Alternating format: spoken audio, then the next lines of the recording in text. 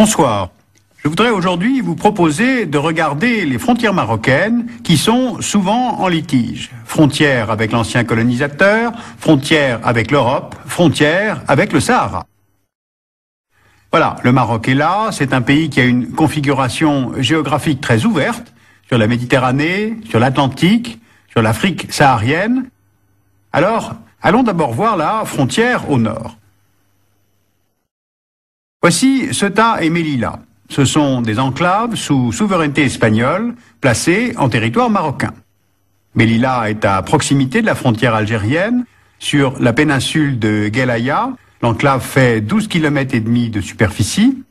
Elle avait été conquise par l'Espagne en 1497, soit 5 ans après la fin de la Reconquista. Et l'objectif, c'était de protéger l'Espagne des incursions des Maures qui pouvaient venir de la mer. Ceuta est à 250 km plus à l'ouest, presque en face de Gibraltar. Elle fut un califat, puis un émirat, avant de passer sous souveraineté espagnole en 1640. L'enclave est au bout de la péninsule marocaine de Yebala, elle fait 20 km², c'est un port espagnol, et c'est cette frontière-là que tentent de franchir les candidats à l'émigration vers l'Europe. On voit bien ici, sur cette carte, le no man's land entre le Maroc et l'Espagne. Et bien sûr, le statut de ces enclaves, les points de vue entre Rabat et Madrid sont à l'opposé.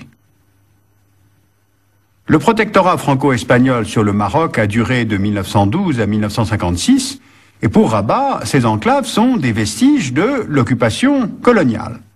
Il y a d'ailleurs analogie avec la situation de Gibraltar, qui est britannique, et que Madrid veut récupérer sous sa souveraineté. Mais de l'autre côté, dans la logique espagnole, ces présides, comme on les appelle, ont une existence qui précède la fondation du Maroc moderne. Et d'ailleurs, on observe que ces deux enclaves n'ont jamais figuré au comité des territoires à décoloniser aux Nations Unies, tout simplement parce qu'ils étaient sous souveraineté de l'Espagne avant la formation de l'État marocain. Alors cette situation est paradoxale. Le commerce maroco-espagnol est intense, tout comme la coopération antiterroriste entre les deux pays, mais le litige sur les enclaves reste entier. Maintenant, allons voir la frontière au sud. Pour le gouvernement marocain, le pays fait 713 000 km². Mais le Maroc, internationalement reconnu, indique une superficie de 446 000 km². Eh bien, la différence, c'est le Sahara occidental, qui fait 260 000 km² et sur lequel le Maroc se considère souverain. Eh bien, aucun autre État au monde n'a une aussi grande différence entre la superficie qu'il proclame et celle qui lui est reconnue. Alors comment est-ce qu'on en est arrivé là? En 1884, l'Espagne obtient des chefs de tribus du Rio del Oro un protectorat sur les routes du désert et sur la côte atlantique. La colonie espagnole s'appelle Rio de Oro, c'est-à-dire la rivière de l'or. Et dans le climat de décolonisation générale de l'après-guerre, cette souveraineté de l'Espagne sur le Sahara occidental est contestée de toutes parts.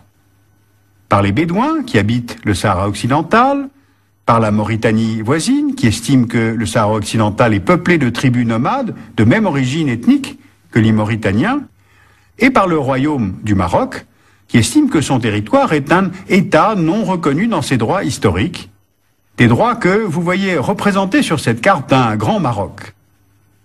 Car historiquement, les sources de richesse du pays, notamment l'or, sont toujours venues du sud. Les caravanes partaient des mines d'or situées entre la boucle du Niger et le fleuve Sénégal, puis transitaient par le Maroc. D'où une certaine propension à vouloir contrôler ces axes de commerce entre le continent africain et la Méditerranée. La première prise de contrôle de cette route date de la dynastie almoravide au XIe siècle. L'empire almoravide fut l'un de ces grands empires musulmans à cheval sur les deux rives de la Méditerranée. Il s'étendait sur une grande partie du Sahara au sud et jusqu'aux 2/3 de la péninsule ibérique au nord. Eh bien, c'est sur cette vision historique que le Maroc, au départ de l'Espagne, veut annexer le Sahara occidental. Mais il y a aussi les richesses minières. Le sous-sol de la partie nord-ouest du territoire contient presque 6 milliards de tonnes de réserves en phosphate, ce qui donne au Maroc les 3e réserves au monde. Le phosphate, cela sert à l'industrie chimique pour les engrais ou les lessives, et il y a là, en plus, des mines de cuivre, de fer et des côtes atlantiques parmi les plus poissonneuses au monde. D'où l'intérêt économique de ce territoire. Sauf que le Maroc semble avoir comme oublié qu'il y avait des habitants au Sahara occidental. Alors qui sont-ils, ces Sahraouis? Les Sahraouis sont des nomades d'origine berbère, d'origine arabe et d'origine africaine. Ils sont appelés fils des nuages car ils cherchent la pluie pour fournir des pâturages pour leurs chèvres et leurs chameaux. Ils se répartissent en 3 grands groupes tribaux, les Regibat, les Ouled Delim et les Ouled Bousba. Les Sahraouis avaient revendiqué leur autonomie politique auprès du colonisateur espagnol et ils vont maintenant se retourner vers les nouveaux occupants en créant le Front Polisario, c'est-à-dire le Front populaire de libération du Sagui El Amra et du Rio del Oro. Lorsque l'armée marocaine investit le Sahara occidental au départ des Espagnols, le Front Polisario se lance dans une guérilla. Le front est soutenu par l'Algérie, qui accueille à Tindouf les militants sahraouis et les nomades qui fuient la guerre. Le Polisario proclame en 1976 l'existence de la République arabe du Sahara démocratique, qui est reconnue par 73 États, et l'ONU condamne l'occupation marocaine et se prononce pour l'autodétermination du Sahara occidental. À partir de là, on peut comprendre l'évolution de ce conflit en le découpant en 3 phases. Pour empêcher les raids conduits par le Polisario, l'armée marocaine construit un mur de sable renforcé par des champs de mines. Une deuxième phase va permettre de passer aux négociations. Un cessez-le-feu est signé entre le Polisario et le Maroc en 1991 grâce aux Nations Unies et Rabat accepte l'organisation d'un référendum sur l'autodétermination du Sahara occidental sous le contrôle de l'ONU. Troisième phase, pour voter, il faut recenser. Et se met alors en place ce qu'on a appelé la guerre des listes, les 2 parties ne parvenant pas à trouver un accord sur le corps électoral. Le Maroc veut compter plusieurs tribus installées dans le sud marocain, soit à peu près 65 000 personnes de plus à recenser, ce que refuse le Polisario, estimant que leur vote est gagné d'avance pour leur attachement au Maroc. Les Nations Unies ont tenté de relancer le processus en confiant plusieurs missions à l'ancien secrétaire d'État américain James Baker, qui a finalement interrompu sa médiation en juin 2004. Alors où en est-on aujourd'hui? Eh bien pour le Maroc, le Sahara occidental est marocain, comme d'ailleurs l'affichent toutes les cartes officielles du pays. La région s'inscrit dans les 16 régions administratives qui forment le royaume.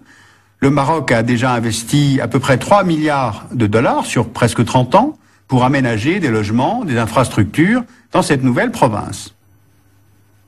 Mais le Polisario, qui a été renforcé en 2004 par la reconnaissance de la République sahraoui par l'Afrique du Sud, le temps ne semble plus jouer en sa faveur. Sa survie dépend de sa victoire au référendum, voire de sa simple organisation.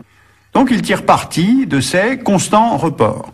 Le mouvement semble en position de faiblesse, ne serait-ce que démographiquement, avec l'afflux constant de Marocains venant s'installer au Sahara occidental. Alors chaque parti préfère en fait attendre plutôt que de courir le risque d'être battu au référendum. Au sud, la poursuite de ce statu quo arrange en fait tout le monde. Or, des frontières incertaines, ça favorise des courants islamiques politiques pour qui l'État n'a pas de légitimité absolue, puisqu'il voudrait accéder à une nation islamique dans un Maghreb unifié. Et au nord, ces enclaves espagnoles sont des territoires européens. Ce sont des voies pour le passage de la drogue, pour le trafic humain, avec des milliers de victimes chaque année, et cela concerne directement la politique de migration de l'Union européenne. Or, Madrid est indifférente à la contradiction. Elle ne veut pas céder Ceuta et Melilla au Maroc, alors qu'elle réclame Gibraltar au Royaume-Uni.